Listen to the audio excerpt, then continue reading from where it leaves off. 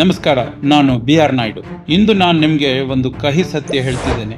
ಭಾರತದ ಮಕ್ಕಳು ಬಡತನ, ಅಪೌಷ್ಟಿಕತೆ ಮತ್ತು ಶಿಕ್ಷಣದ ಕೊರತೆಯಿಂದ ಬಳಲುತ್ತಿದ್ದಾರೆ ಅಂತ ಯುನಿಸೆಫ್ ನೀಡಿದ ವರದಿಯಿಂದ ಗೊತ್ತಾಗಿದೆ. 56 ಇಂಚಿನ ಎದೆಯ ವಿಶ್ವಗುರುವಿನ ಆಡಳಿತದಿಂದ ದೇಶದ ಭವಿಷ್ಯವಾಗಿರುವ ಮಕ್ಕಳಿಗೆ ಸಿಕ್ಕಿರುವ ಉಡುಗೊರೆ ಇದು.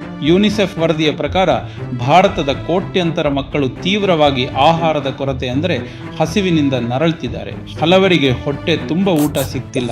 ಯಾರಿಗೆ ಸಿಗ್ತಿದೆಯೋ ಅವರಿಗೆ ಪೌಷ್ಟಿಕವಾದ ಊಟ ಸಿಗ್ತಿಲ್ಲ.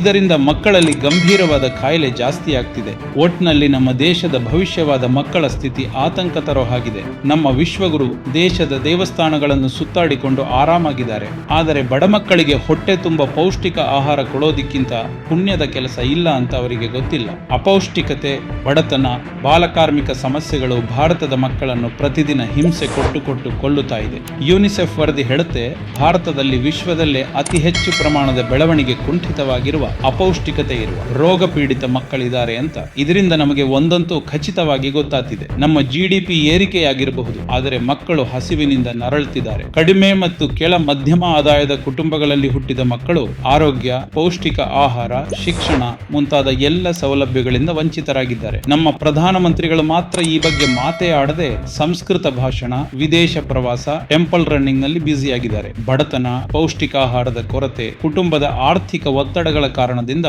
ಭಾರತದಲ್ಲಿ ಲಕ್ಷಾಂತರ ಮಕ್ಕಳು ಮೂಲ ಶಿಕ್ಷಣದಿಂದಲೂ ವಂಚಿತರಾಗಿದ್ದಾರೆ. ಇದೇ ಪರಿಸ್ಥಿತಿ ಮುಂದುವರೆದರೆ ಭಾರತದ ಮಕ್ಕಳು ಸೂಡಾನ್, ಇಥಿಯೋಪಿಯಾದ ರೀತಿಯ ಕ್ಷಾಮ ಪ್ರದೇಶದ ಮಕ್ಕಳಂತೆ ಆಗ್ತಾರೆ. ಬಡವರ ಮಕ್ಕಳ ಬಗ್ಗೆ ಇಷ್ಟೊಂದು ನಿರ್ಲಕ್ಷ್ಯ ಯಾಕೆ ಮೋದಿಜಿ? ಮಕ್ಕಳು ತುತ್ತು ಅನ್ನಕ್ಕೆ ಹುಡುಕ್ತಿರುವಾಗ ಬಿಜೆಪಿ ನಾಯಕರು ಹೊಸ ಸ್ಲೋಗನ್ ಹುಡುಕುತ್ತಿರೋದು ದುರಂತ ಅಲ್ವಾ? ಮಕ್ಕಳ ಆರೋಗ್ಯ, ಶಿಕ್ಷಣ, ಆಹಾರ ಇವು ದೇವರ ಪೂಜೆಗಿಂತ ಮುಖ್ಯ ಅಂತ ನಿಮಗೆ ಯಾವತ್ತೂ ಅನ್ಸಿಲ್ವಾ?